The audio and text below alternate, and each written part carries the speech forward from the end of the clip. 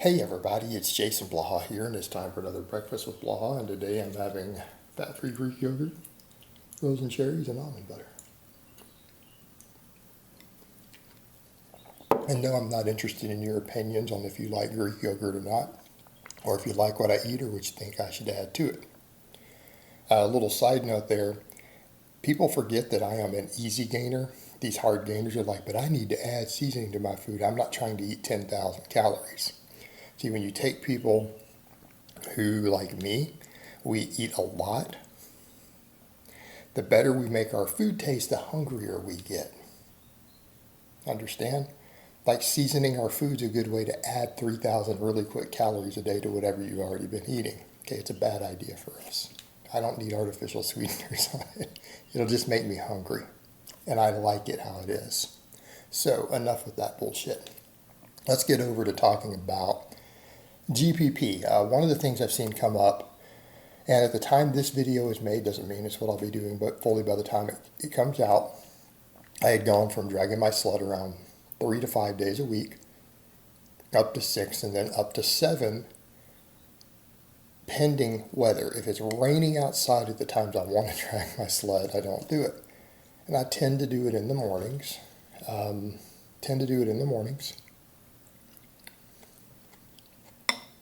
Unless weather prevents me, then I might go try to do it midday, which is not fun in the Houston heat. I prefer not to do that.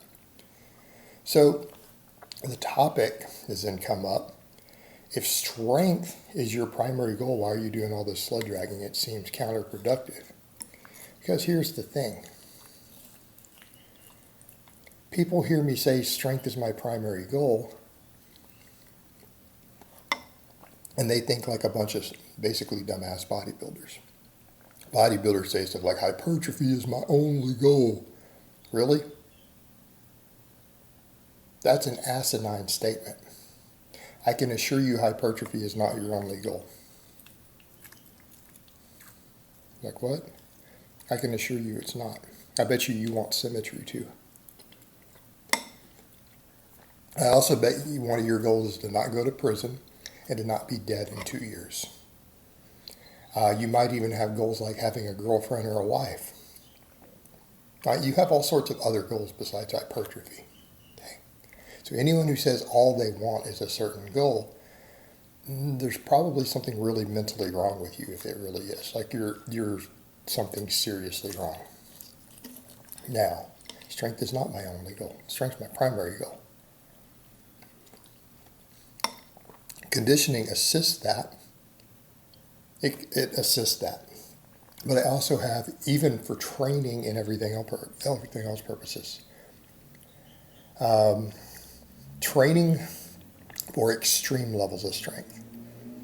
Right? And I'm not talking about standards I've given you guys. A 300 bench, 400 squat, 500 deadlift is not extreme strength. It's a good number for, say, a drug-free person to aim for in their lifetime who trains hard. Right? They're not extreme.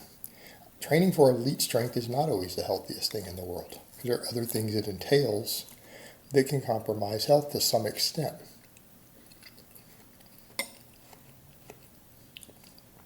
Conditioning is good for your health. It's good for your health. It's also good for your quality of life. You feel better. You're carrying a lot of body weight and a lot of muscle mass. Not being conditioned negatively affects your quality of life. It can negatively affect your health again too. So part of it is health purposes. Okay, part of it's health purposes. All right. It's a big component because I do care about more than strength. Strength, big goal for me. Extremely important in my life. Not my only goal. All right, what about the body composition then? Higher energy turnover, better for body composition, especially for someone like me who likes to eat more. So even if I'm bulking, hey, I get to eat more. If I'm cutting, I get to eat more. This is a win. My quality of life just got improved further because I get stupidly hungry all the time. There's a reason I eat high satiety foods like you see here. I get hungry.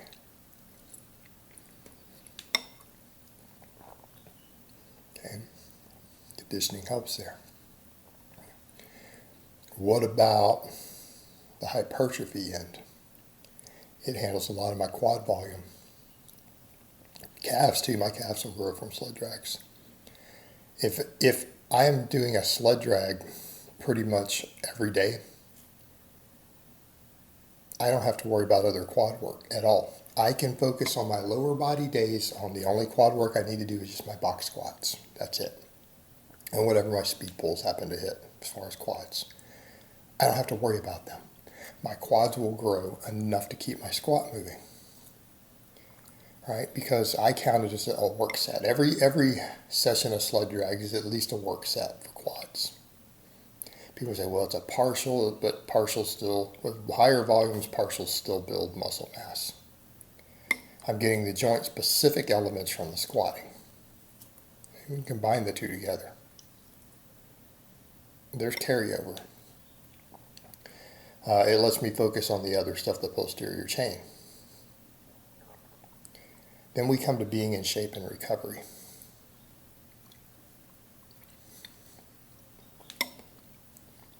If I have a high work capacity, I'm in better shape.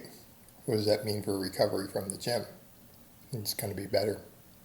I'm going to recover easier. When you are in shape, you can recover better from your training. The name of the game for me, guys, I'm now moving big weights. Now, we're no longer playing. I'm no longer a sub 500 squatter. I'm no longer a sub 600 deadlifter, right? I move big numbers. And my weekly tonnages get pretty high real quick on my rep work. I need all the help I can get on recovery.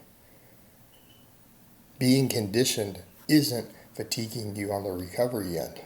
As long as once you're adapted to it, it helps you with your recovery. It helps me recover better from my training. Post-workout and during my sessions, and let's come over to speed work. Speed work seems to work really well when we get high densities with it.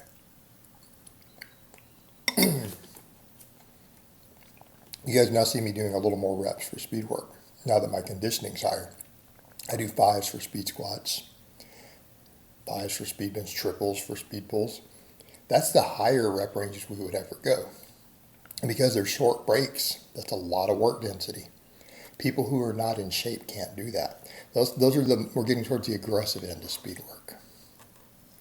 Okay, because normally if we're doing doubles on the speed squats, we're still using the same weight that we are for 5x5. If you're in better shape, you can handle these reps on the speed work and get a slightly larger training response from it. Okay? It facilitates better training because the speed work is a very important part of this training system for gaining maximum strength. Being able to recover between those sets of speed work allows me to run more aggressive types of it. It matters. So the conditioning actually does help me get stronger and improve my quality of life. So that's why I do it. All right, guys, well, that's really all I have to say on that today. I hope it's been informative, and I will talk to you guys next time.